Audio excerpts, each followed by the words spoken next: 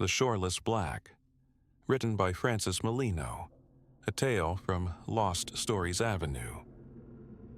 Between intermissions of creeks and whines, I drifted in a sea of dreams, swaying back and forth across untouched lands and distant recollection until I happened upon a great foreboding tide. The point in time this occurred is unknown to me, though the dreamlands often scoff at the measures of the waking world. I braced against the unending swells, which seemed to desire my plunge into the abyss. Amid my pleads for calmer waters, I came upon a red sun. It flickered against a black sky with cries of sirens, calling me to the edge of the cosmos. Against the torrent I struggled until I stood before the precipice. I woke to the chime of Sojourn's console. To break my staggering fatigue, I slammed the computer. In response, a deluge of reports came flowing from a myriad of the ship's screens. An unknown astral body seen adrift across the stars, with no sheltering star it called home. My thirst for riches called me to these untamed fringes of known space, a place where only courage or ignorance can carry one through, of which I carry myself, is yet to be revealed. Several cycles of searching across the veil known as the Black Wall, a realm no ship has crossed and returned. Light years of starless sky filled only with whispers of countless treasure. Fields of dark rock, carrying more riches than 1,000 systems. A fool's dream that beckoned one to their demise. And yet there it was, a lone stone splitting the astral plane.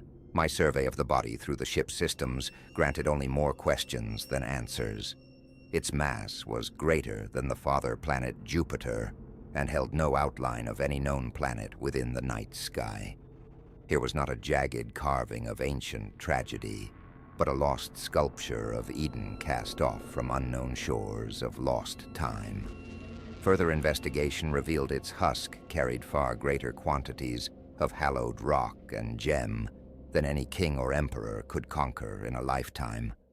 Here I would claim my fortune to carry my progeny beyond want for eons.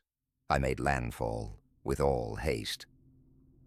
As I disembarked my craft, no light greeted me save the distant stars shuddering before a violet haze, rendering them as twisted gazes of unknown gods, delighting in my folly.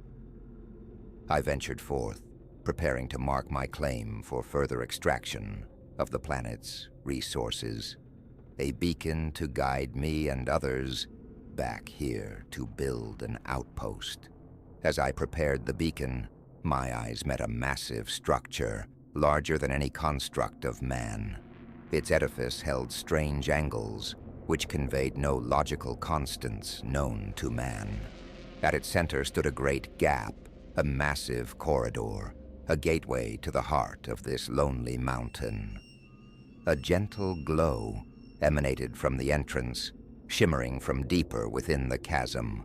Barks of static rung in my helmet, its origin calculated to be from the furthest depths of the monolith. Believing the sounds to be of human origin, I entered the structure in blind anger to contest my claim. My pace steady, yet my heart erratic. As I journeyed deeper into the hollowed rock, I found only symbols and carvings, foreign and unnatural to the human eye. Various trinkets of vexing design lay before altars to obscene gods, unblemished by form or symmetry. There at the center of the vast chamber stood a tall stone pillar with a fleshy, smooth obsidian surface. The light that lured me here emanated brighter with every pulse as I drew closer. Its hue was like the violet sky surrounding the planet. What force or power compelled me to reach for the pillar I cannot say. Upon contact, an immense current permeated my body, as if the universe itself was trying to fill every inch. Moments long forgotten, a red sun over grotesque edifices, multitudes of beasts conjured from the darkest dreams. One of the beasts turned with its various eyes and peered into my being. Screams of anger and agony filled my head. Then a chasm of darkness engulfed the beasts and their horrid landscape. The creatures wailed against the encroaching black, their leathery skin dissolving into a continuous mass. A single form rose from the heaps of fallen creatures. The pressure increased, and I felt some longing, a hunger fiercer than man's deepest desire. I could no longer resist its blazing thirst as my skin and mind dissolved against the radiating void. My screams held no weight, like a whimper against a cacophony of madness.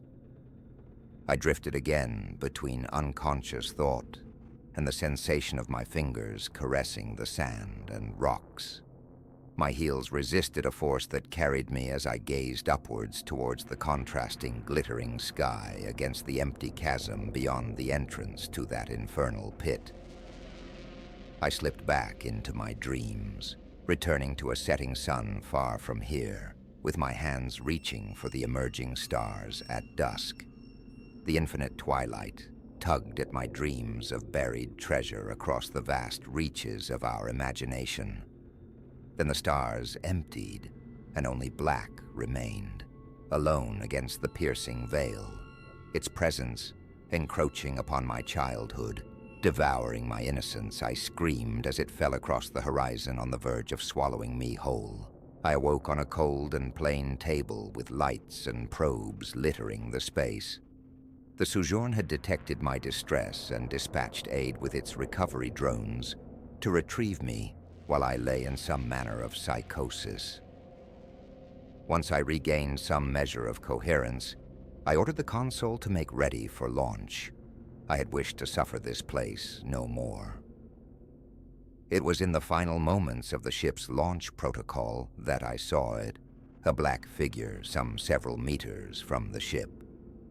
The ship's instruments returned no indication of its presence, but it was there, plain as the forgotten day. The entity's placement across this barren Hades remains unchanged, its shape molded to that of a hooded person in black robes, with no eyes, head, or any limbs to discern.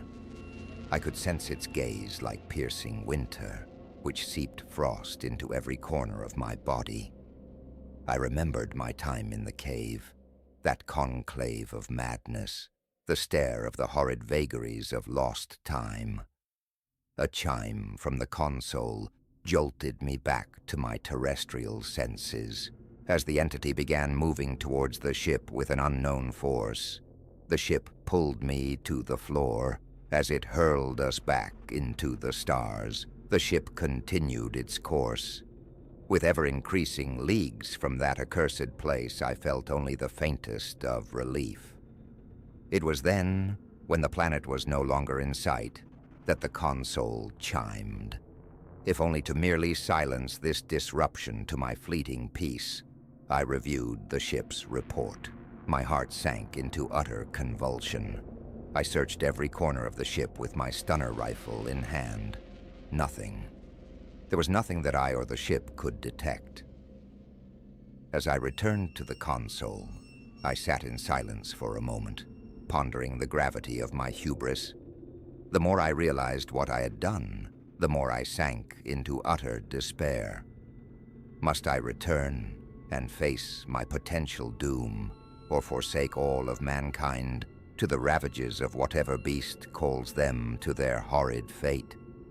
Was I a mere pawn in this, a foolish tool in some obscene machination of a banished eldritch? The ship had detected a signal from that wretched dominion of an awakened beast. The signal I had set to champion my ascension continues to echo across the expanse. Once my banner to challenge any who would dare claim my prize, now it marks the vanguard of our doom. I must venture back, or else cast off humanity to its ravenous ambition. I grow tired, so tired, yet I cannot sleep. The realm of dreams holds no bastion against the darkness that seeps further into my mind. I drift into tirades of a foreign tongue no man has spoken.